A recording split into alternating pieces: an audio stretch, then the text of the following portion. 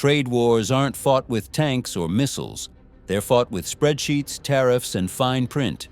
And in 2018, Donald Trump declared war on Europe. What started as a dispute over steel and aluminum spiraled into an all-out assault on Europe's most iconic products: wine, cheese, cars, whiskey, even olive oil. The US called it fair trade. Europe called it economic sabotage.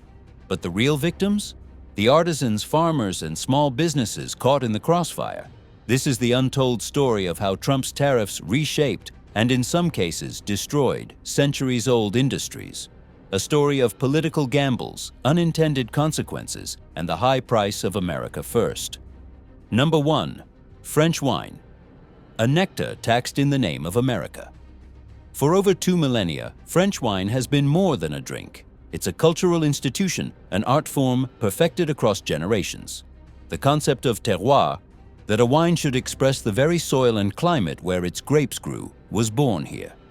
But in October 2019, the Trump administration imposed crushing 25% tariffs on French wines under $14, a direct attack on the backbone of France's export market. The justification?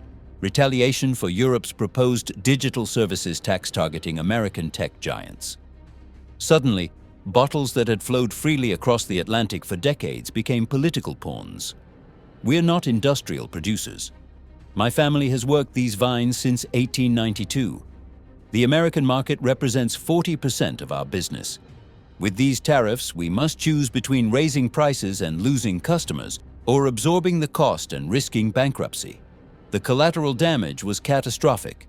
Small producers without US distribution networks suffered most. Many couldn't afford to rebrand as European blends to circumvent country-specific tariffs. Meanwhile, American sommeliers faced impossible choices. We either remove affordable French options from our lists or price out our regulars, explained a New York wine buyer. The tariffs didn't just distort the market, they severed centuries-old trade relationships overnight. And who benefited? Ironically, not American winemakers. While Napa Valley saw a brief sales bump, the real winners were Chilean and Australian producers, countries with existing free trade agreements. The tariffs achieved precisely what they weren't designed to do: shift business away from both Europe and America. Number 2. Irish butter. Sweet, salty, but taxed. Irish butter is a modern culinary miracle. The unique golden hue, that comes from beta-carotene in the grass. The rich, almost nutty flavor, a result of cows grazing outdoors year-round.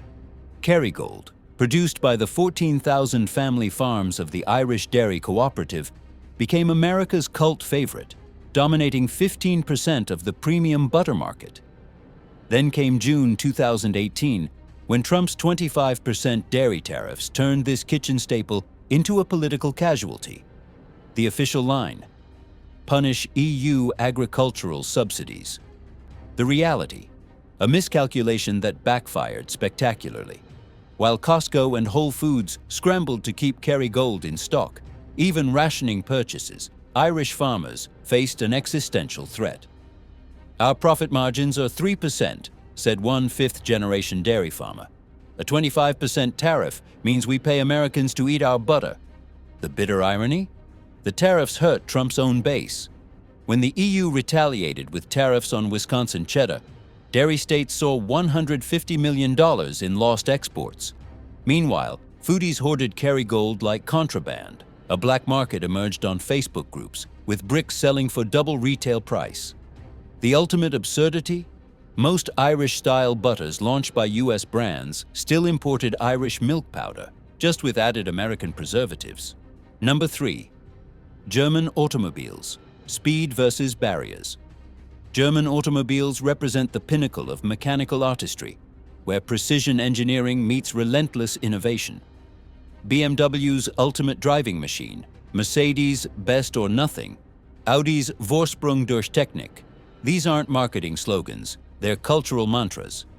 But in May 2018, the Trump administration declared these rolling masterpieces a national security threat, proposing 25% tariffs that would have added $15,000 to the sticker price of a base model BMW X5. The rationale? a tortured interpretation of Section 232 trade laws designed to protect steel for tanks, not SUVs for suburban driveways. The real target was Germany's massive $26 billion auto trade surplus with the US overnight. Boardrooms from Munich to Wolfsburg went into crisis mode. "We calculated 100,000 European jobs at risk," confessed a Daimler executive. The threat was credible enough that BMW shifted X3 production from South Carolina to China, not to save costs, but to circumvent potential EU-China trade deals triggered by US aggression. Here's where it gets ironic.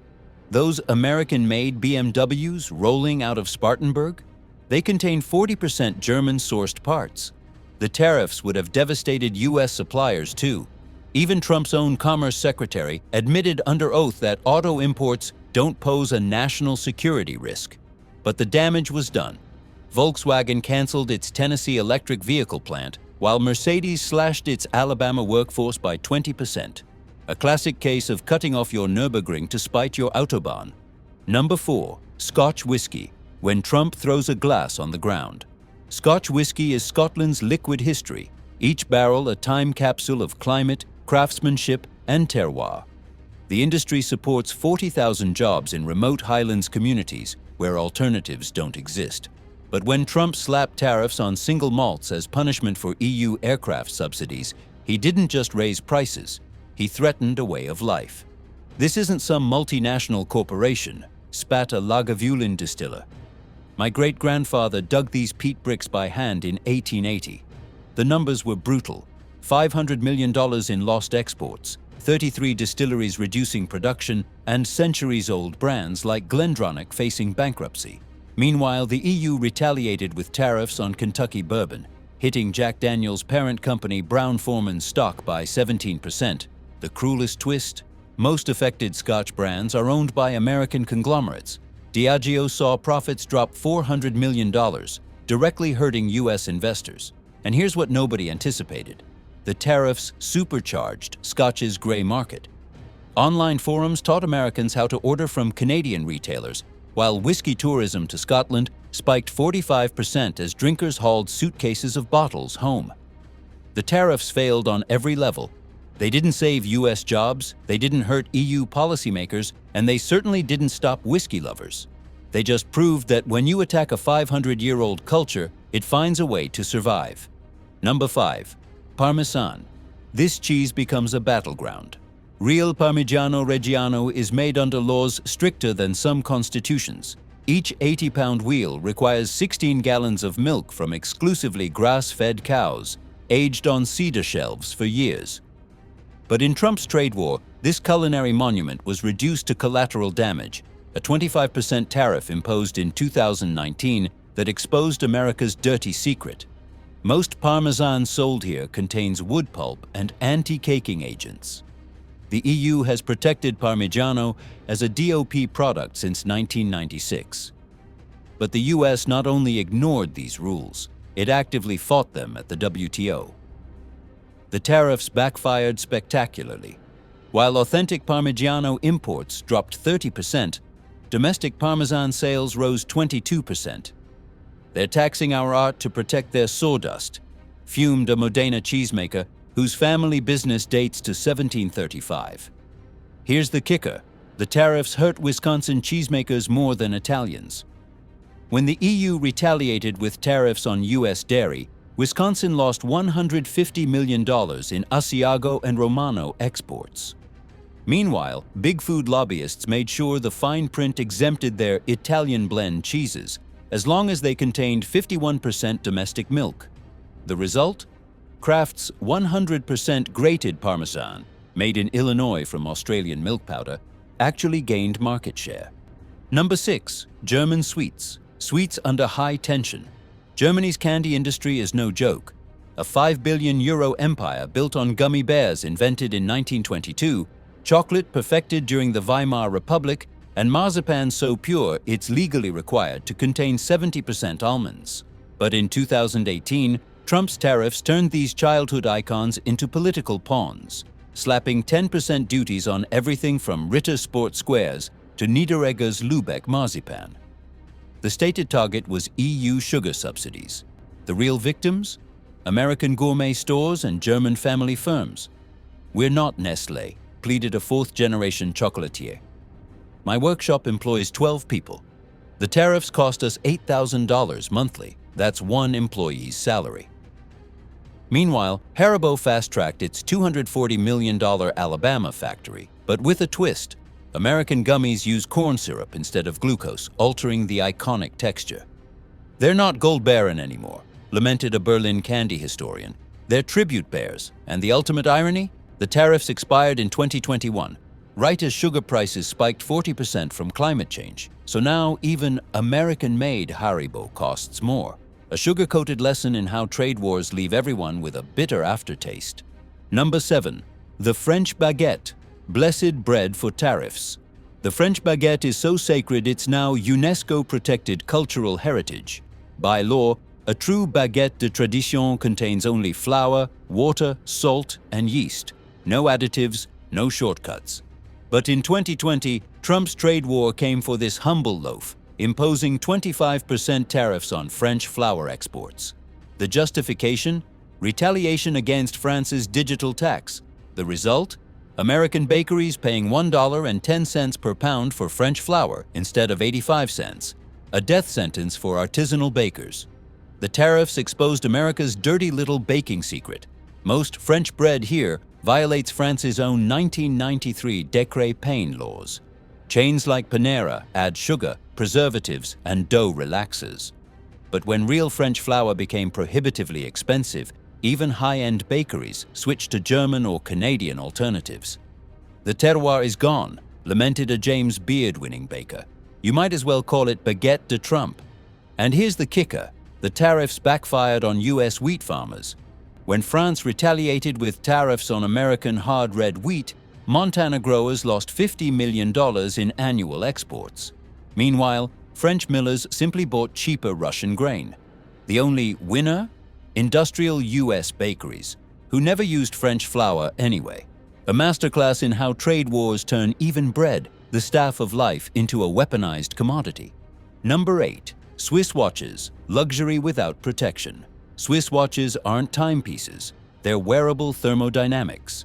Each Rolex takes a year to assemble by master horologists paid $120,000 annually. But in 2019, Trump invoked Section 301 to impose 50% tariffs on Swiss movements, claiming EU watch subsidies harmed US innovation. Never mind that America produces zero luxury mechanical watches. The tariffs triggered panic in the $22 billion Swiss watch industry. Brands like Tag Heuer shifted US-bound production to China, ironically using more automation. Gray market dealers in Hong Kong saw sales boom 70% as Americans flew to Asia to buy watches tax-free. Meanwhile, Texas-based Fossil, which makes smartwatches with Chinese parts, lobbied to keep tariffs, knowing Swiss brands couldn't compete on price. The Swiss response was predictably precise. They reclassified smartwatch straps as watch cases to dodge tariffs, while quietly buying US watchmakers like Hamilton to gain domestic status. The ultimate irony? Tariffs failed to protect American watchmaking, because it barely exists. The only US luxury brand, Shinola, uses Swiss parts anyway. A $9 billion lesson in how tariffs can't manufacture craftsmanship overnight. Number 9. French cosmetics, beauty under embargo. French beauty is a $15 billion alchemy of tradition and science, where 18th century perfume formulas coexist with cutting-edge dermatology. But in December 2019, Trump's Macron tariffs slapped 25% duties on L'Oréal serums, Dior lipsticks, and even artisanal Savon de Marseille. The pretext? Retaliation for France's digital tax. The reality? An assault on the very concept of luxury. The damage was immediate. Estée Lauder reported a $220 million tariff hit, while French indie brands like Caudalie saw US sales evaporate. Americans now pay $98 for our $78 serum, said a Bordeaux viticulturist turned skincare founder. We're not Louis Vuitton, we can't absorb that. Meanwhile, US clean beauty brands like Drunk Elephant, ironically owned by Japanese conglomerate Shiseido, lobbied to keep tariffs, positioning their silicone-filled creams as patriotic alternatives. Here's the twist that stung. France's cosmetics industry is actually 25% American-owned. L'Oréal's largest shareholder? Nestlé, Swiss, with BlackRock US as runner-up. The tariffs didn't hurt France. They hurt American pension funds invested in L'Oréal stock. Meanwhile, French brands simply reformulated products for China, where consumers gladly paid premiums for untouched Euro purity. The lesson? In global beauty wars, everyone loses, except the mirror. Number 10. Spanish olive oil. Liquid gold, solid victim. Spanish olive oil is the blood of the Mediterranean, a $3.5 billion industry where 300 million trees sustain entire villages. But Trump's 2018 tariffs turned this liquid gold into collateral damage, imposing 34% duties on EU oils under $34 per gallon. The target? Airbus subsidies. The victims? Andalusian farmers who've never seen an airplane factory. The math was brutal. A liter of premium picual oil that cost $12 now sold for $16, pushing it into gourmet sections, while Bertolli's mass-produced blends, packed in Italy but using Tunisian oil, dominated mainstream aisles. They tariff our extra virgin but let in light olive oil, which is just chemically refined garbage, spat a Cordoban producer. Meanwhile, California olive growers, who produce just 3% of U.S. demand, lobbied for even higher tariffs, despite relying on Spanish milling technology. The ultimate irony? Spain retaliated by tariffing U.S. soybeans, which were then bought by Chinese firms at discount to feed pigs. That became jamón ibérico, exported back to America tariff-free as luxury pork. A perfect circle of trade war absurdity where the only winners were pigs and commodity traders.